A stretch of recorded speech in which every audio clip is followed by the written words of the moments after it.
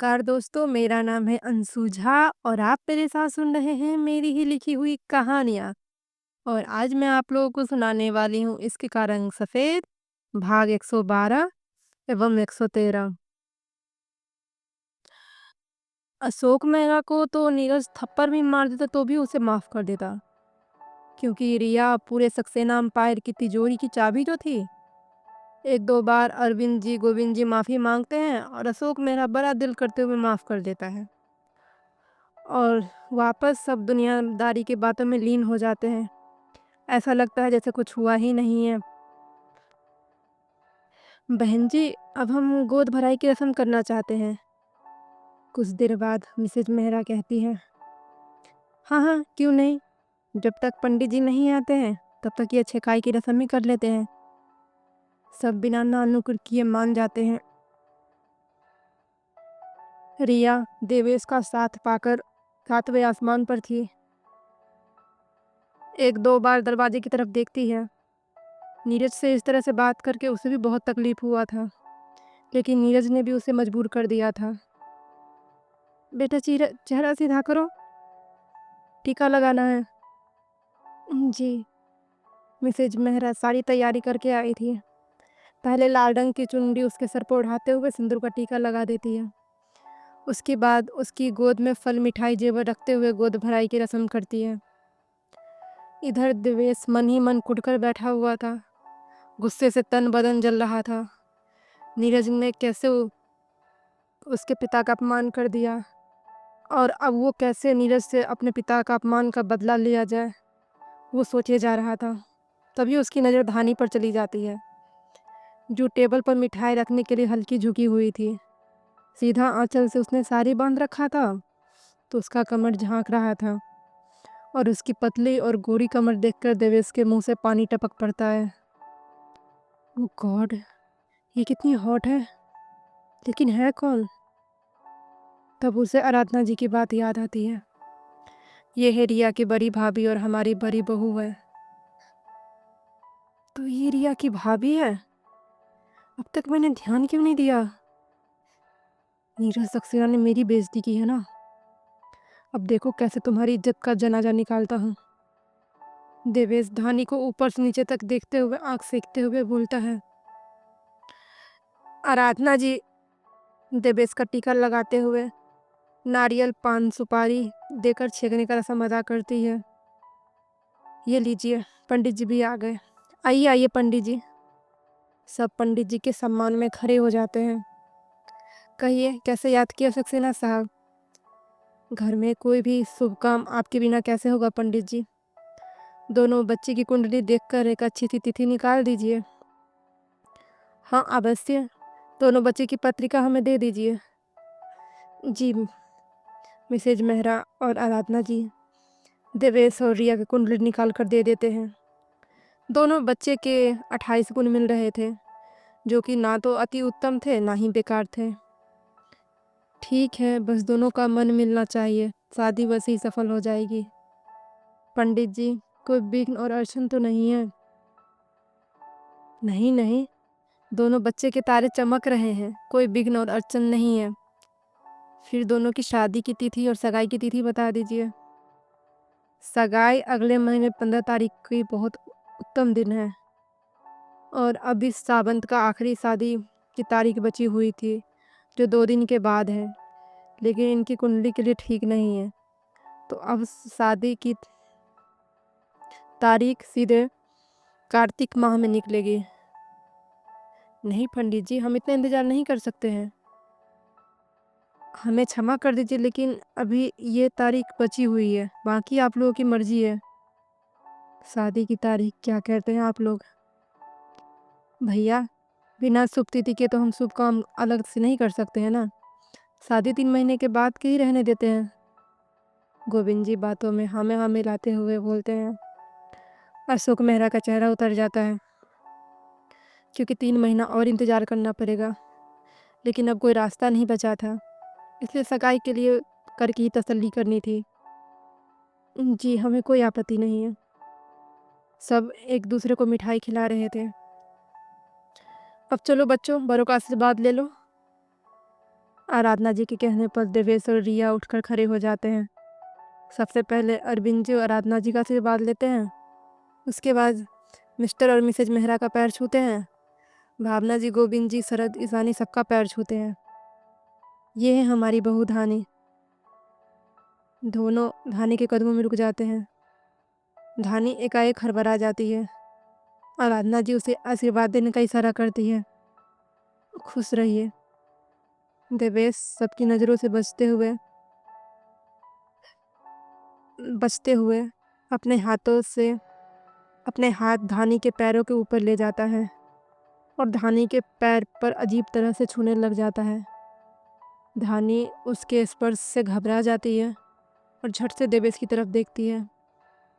अरे भाभी जी, हमारे सर पर तो हाथ रखिए, हमें तो आपने आशीर्वाद दिया ही नहीं। हाँ हाँ हाँ हाँ, खुश रहिए।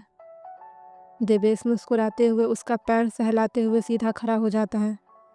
धानी को बहुत ही अजीब और ख़राब लगता है, लेकिन उसे अपनी तकलीफ किसी को बताना कहाँ आता है। अपने मन का वहम समझकर माथे पर से पसीना पोंछते हुए शांति से खड़ी रह जाती है। इतने लोगों में कोई उसके परेशान चेहरे को गौर नहीं कर पाता है, और वैसे भी हमेशा वो शांत ही रहती थी। चलिए अब हम लोग निकलते हैं। और कहाँ विचार किया है आपने सगाई करने का? मेहरा जी, मैं चाहता हूँ हमारे होटल में ही हो सगाई, बाकी आप जो कहें। नहीं नहीं, मुझे कोई ऑब्जेक्शन नहीं है सक्सेना साहब, बस एक बात का ध्यान रखिएगा, आपका वो पागल बेटा रस्मों में शरीक ना हो, क्योंकि जब भी वो रस्मों में आएगा तब हमें अपना अपमान महसूस होगा। आप चिंता मत कीजिए, वो दिखाई भी नहीं देगा। ठीक है, चलिए निकलते हैं। सब एक दूसरे को प्रणाम नमस्ते करते हुए बाहर निकल जाते हैं। अरविंद जी की आखिरी लाइन धानी को पसंद नहीं आती है। पापा जी वो बुरे नहीं हैं, वो अपनी बहन की शादी में सम्मिलित नहीं होंगे? सबके जाते ही धानी अरविंद जी के सवाल पूछ देती है।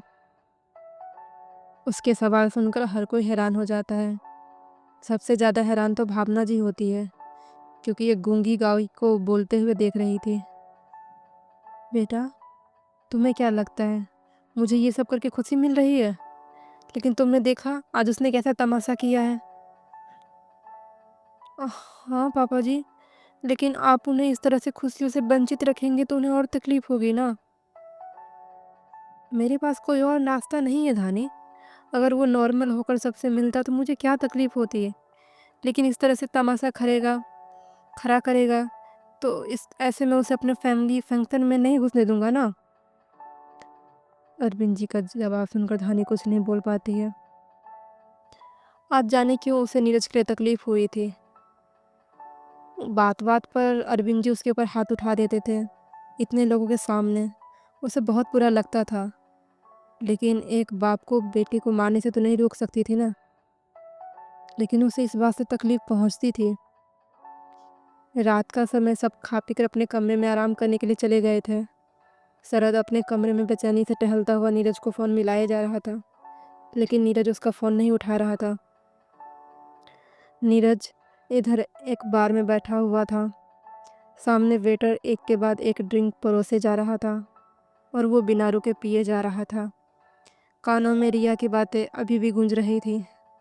सारी बातें उसे दिल में तीर की तरह चुभता हुआ महसूस होता है। झटके से बोतल उठाकर खाली कर देती है। और लेकर आओ, नीरज लड़खड़ाती हुई जुबान में बोलती है। नहीं सर, अब बार बंद करने का टाइम हो गया है, प्लीज़, आप ऑलरेडी बहुत पी चुके हैं। अब ड्राइव करके घर कैसे जाएंगे? तुम तुम उसकी चिंता मत करो, तुम्हारा भगवान मुझे कुछ नहीं करेगा, मैं सही सलामत पहुंच जाऊंगा घर। जाओ, तुम और लेकर आओ। सॉरी सर, लेकिन आपको जाना होगा, बार को बंद करने का समय आ गया है। मैनेजर रिक्वेस्ट करते हुए नीरज को बाहर लेकर आता है। साला कोई मन भर पीने भी नहीं देता है, शांति से जीने भी नहीं देता है। मैं जाऊं तो जाऊं कहाँ? मम्मा, आप मुझे अपने साथ लेकर क्यों नहीं गए? क्यों मुझे इस अनजानों के बीच छोड़कर चली गई? कोई नहीं है यहाँ मेरा अपना। नीरज ज़बरदस्ती आँख खोलते हुए बोलता है और फिर अपने गाड़ी में बैठते हुए गाड़ी स्टार्ट कर देता है। उसकी आंखें नशे में बार बार बंद हो रही थी। अंधेरी सड़कों पर उसकी गाड़ी दौड़ती हुई जा रही थी। गाड़ी की चाल उसके मूड को बता रही थी, जो सांप की तरह लहराते हुए रोड पर चल रही थी। हर कोई उसकी गाड़ी को देखकर अपने मुंह पर हाथ रख देता था। इधर धानी बेचैनी से नीरज का इंतजार कर रही थी। अगर और दिन रहता तो वो चुपचाप जाकर सो जाती, लेकिन आज वो नीरज का उखड़ा हुआ मूड देख चुकी थी। मन घबराहट से भरा हुआ था। बार बार कान्हा जी से नीरज की सलामती की दुआ कर रही थी। नीरज एक झटके से गाड़ी रोकता है, जब गाड़ी के सामने एक बच्ची आ जाती है। हेलो, कौन हो तुम? भैया कुछ पैसे दे दीजिए, मेरी माँ ने खाना नहीं खाया है। ये लो। नीरज अपने जेब में से 500 का नोट निकाल कर उसे दे देता है। ये सब करने में उसे 1 मिनट का टाइम लग जाता है। तभी कुछ दूरी पर तेज आवाज़ के साथ एक बिजली का खंभा गिर जाता है और आग की चिंगारी उठने लग जाती है। नीरज ये सीन देखकर हैरान हो जाता है। अगर वो बच्ची उसे नहीं रोकती तो ये बिजली का खंभा उसके ऊपर ही गिरता। पलटकर बच्ची को देखता तो शायद जा चुकी थी। गाड़ी वापस दूसरी तरफ मोड़ते हुए घर की तरफ निकल चुका था। जब नीरज घर नहीं आता है तो फ़ोन नहीं उठाता है तो शरद उसे ढूंढने का मन बनाता है। क्या हुआ, कहाँ जा रहे हैं आप? शरद को पर्स और मोबाइल उठाते हुए देखकर ईशानी सवाल करती है। ईशानी, भाई घर नहीं आए हैं, मैं उन्हें देखता हूँ, तुम इंतज़ार मत करना, सो जाना। ठीक है। ईशानी कुछ नहीं बोलती और अपने मोबाइल में लग जाती है। क्या हुआ शरद भैया, आप कहाँ जा रहे हैं? शरद नीचे उतरकर बाहर की तरफ जाते हुए देखकर धानी सवाल करती है। भाभी, भाई फ़ोन नहीं उठा रहे, मैं देखता हूँ। अपने कमरे में आराधना जी भी बेचैनी से घूम रही थी। नींद तो अरविंद जी की आंखों से भी गायब था। आपको भी क्या ज़रूरत रहती बात बात पर थप्पड़ उठाने की? आराधना, मैंने बहुत कोशिश की थी अपने गुस्से को बर्दाश्त करने की, लेकिन तुम देख रही थी वो किस हद तक जा रहा था।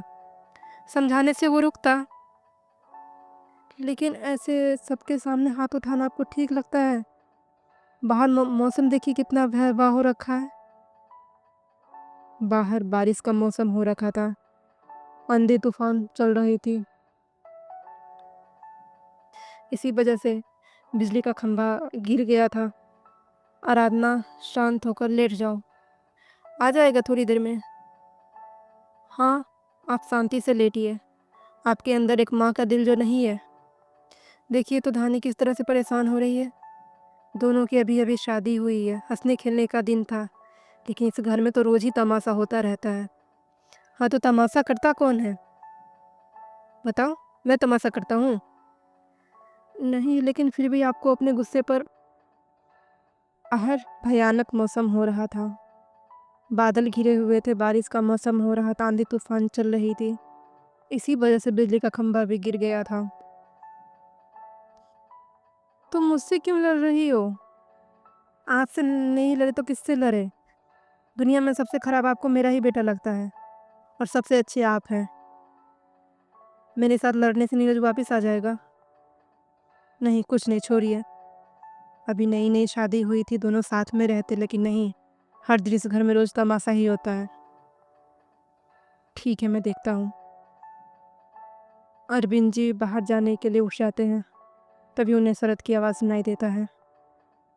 भाभी, आप सो जाइए, मैं भाई को लेकर आता हूँ। नहीं भैया, हमारा मन बहुत घबरा रहा है।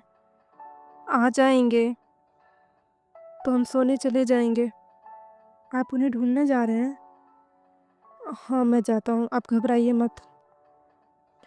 बोलते हुए शरद गेट खोलकर बाहर निकलता है। तभी नीरज की गाड़ी एंटर करती है। उसकी गाड़ी की आवाज़ सुनकर सब चैन की सांस लेते हैं। ये लीजिए, आगे भाई। धानी दौड़ते हुए गेट पर आती है। नीरज गाड़ी से निकलकर बाहर आ रहा था। उसे सही सलामत देखकर दिल को तसल्ली मिलती है। चलिए, मैं सोने जा रहा हूँ, हम लोगों को जगा हुआ देखेंगे तो डांटेंगे। शरद नीरज का स्वभाव याद करते हुए अपने कमरे में चला जाता है। अरविंद जी और आराधना जी भी निश्चिंत हो जाते हैं। और अपने कमरे का दरवाज़ा बंद कर लेते हैं। नीरज हिलते हुए गेट पर पहुंचता है। उसके लड़खड़ाते हुए कदम देखकर धानी परेशान हो जाती है और डरने लग जाती है। उसे गांव का वो सीन याद आने लग जाता है जब उसका मामा ऐसे ही दारू पीकर लड़खड़ाते हुए आता था तो मामा मामी का झगड़ा होता था और फिर उसके मामा मामी को मारते थे। तुम तुम क्यों जगी हुई हो? नीरज की गरजती हुई आवाज़ धानी को वर्तमान में लेकर आती है।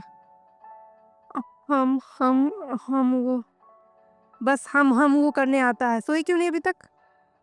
आज तो मैं भी नहीं था कमरे में, चैन से सोती है। नहीं वो हम कल तक तुम्हारी बात खत्म हो जाए तो कमरे में आ जाना। नीरज अपनी नशीली आंखों को जबरदस्ती खोलते हुए अंदर की तरफ बढ़ जाता है। धानी भी उसके पीछे जाती है।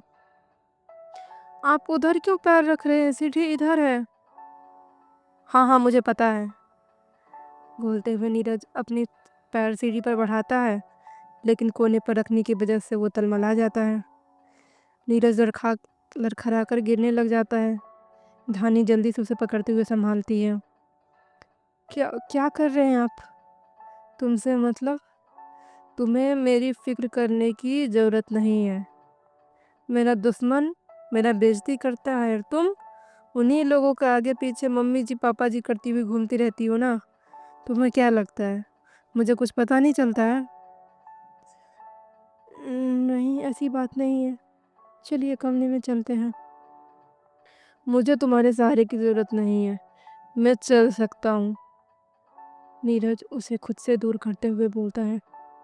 अगले ही बार अगले पायदान पर पैर रखने की कोशिश करता है और फिर से लड़खड़ा जाता है। धानी उसका हाथ पकड़कर अपने कंधे पर डाल लेती है। जितना गुस्सा दिखाना है कमरे में दिखा दीजिएगा, अभी चलिए। तुम तुम्हारी ज़बान मेरे सामने खुल रही है? नहीं हम तो बस आपको चलने के लिए। हाँ चलो, तुझे कमरे में ले जाकर बताता हूँ मेरे दुश्मनों से मिलने का क्या अंजाम होता है। नीरज की बात सुनकर धानी का डर से गला सूख जाता है लेकिन फिर भी उसे संभालते हुए ऊपर लेकर आती है। अब देख रही है मम्मा, एक बीवी मुझे मिली थी, वो भी दुश्मनों से मिलकर बैठी हुई है। मुझसे छुप छुप कर उन दोनों से मिलने जाती है और मैं जो दुनिया को सुनाता हूँ, इसकी गलती देखते हुए भी कुछ नहीं कर देता हूँ, अनदेखा कर देता हूँ। पता नहीं मैं क्यों करता हूँ ऐसा। नीरज का सारा बरबराना धानी सुन रही थी। उसे किसी तरह कमरे में लेकर जाती है। वो नहीं चाहती थी कोई उसे इस हाल में देखे। नीरज निढाल होकर बिस्तर पर लेट जाता है। एकटक सामने छत को देख रहा था। दि दिमाग में कभी रिया की बात गूंजती तो कभी अरविंद जी की। अरे कोई क्यों तुम्हें अपनी बेटी देगा? कभी नहीं, कोई तुम्हें अपनी बेटी नहीं देगा। किस्मत फूटी हुई इस लड़की की जो तुम्हारे गले बंध गई है। अगर वो अनाथ ना होती ना, उसके माँ बाप जिंदा होते तो कब के तुम्हारे चंगुल से चुरा कर ले गए होते। नीरज एक नज़र धानी को देखता है जो उसका जूता उतारने में लगी हुई थी। नीरज झटके से उठकर बैठता है और उसके दोनों बाजू को पकड़ता हुआ अपने करीब खींचता है। तुम्हें मुझसे तकलीफ है ना?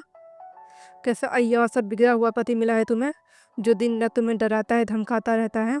बहुत तकलीफ है ना तुम्हें मुझसे? बोलो। धानी जल्दी जल्दी नामे सर हिला देती है। ये तुम मेरे डर से इनकार कर रही हो ना? I know it. चलो आज मैं तुम्हें भी अपने चंगुल से आज़ाद करता हूँ।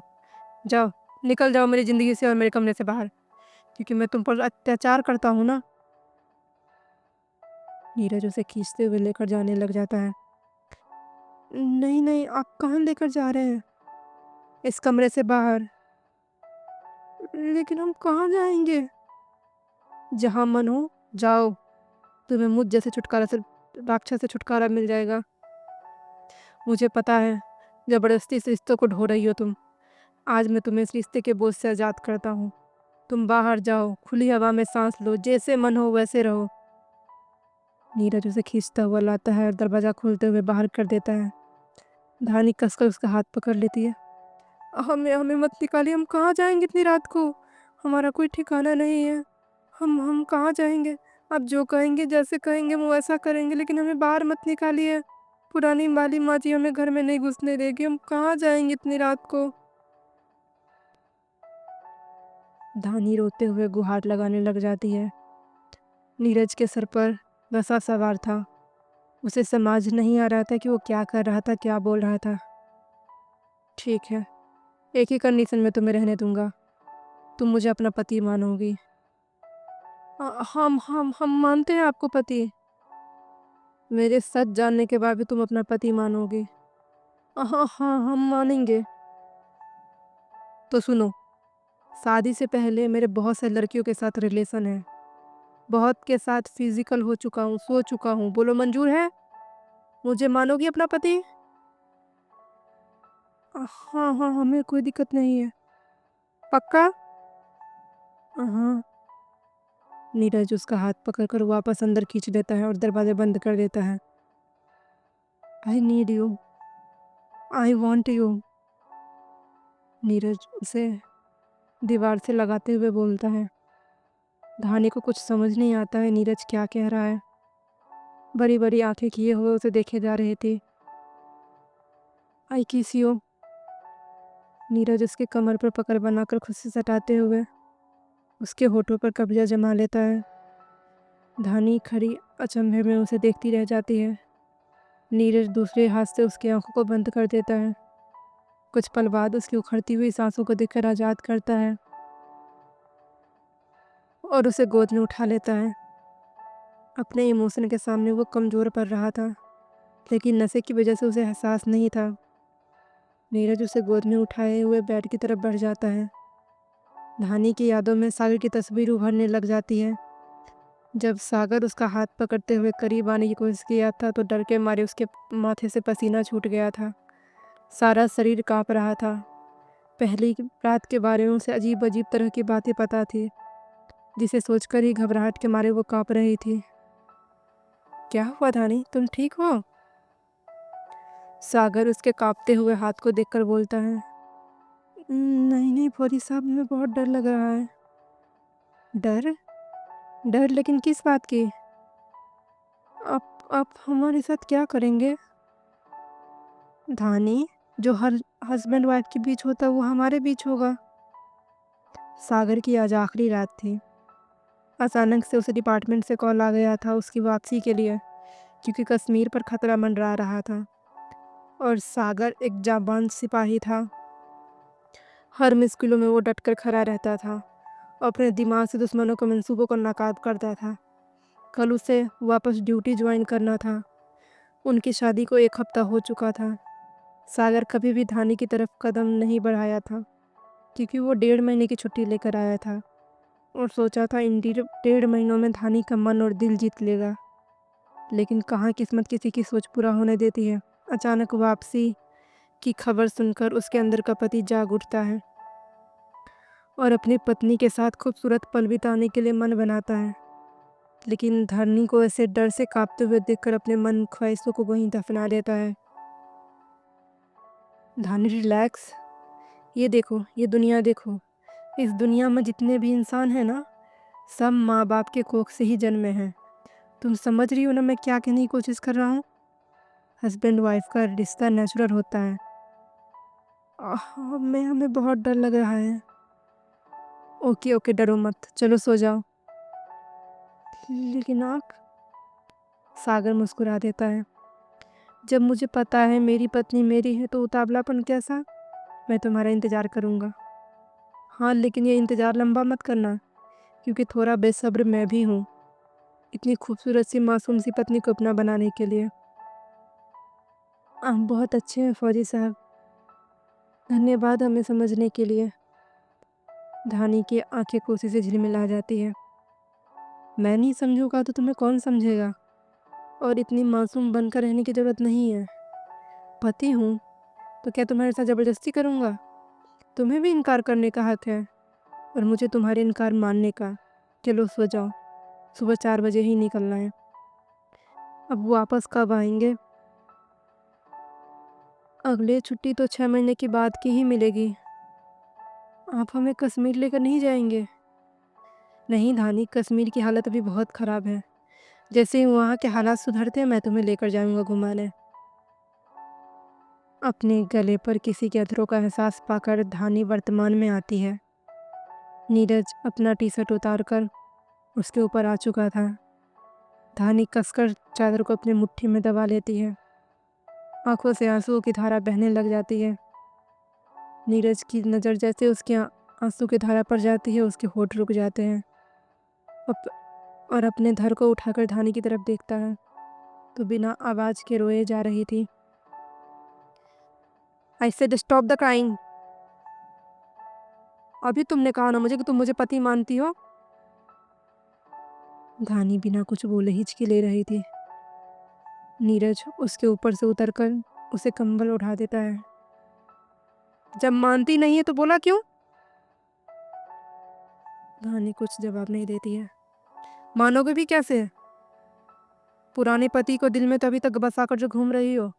ये रोने की बजाय ना विरोध करो। नहीं पसंद आ रहा हूं मैं, मेरा छूना रोकती।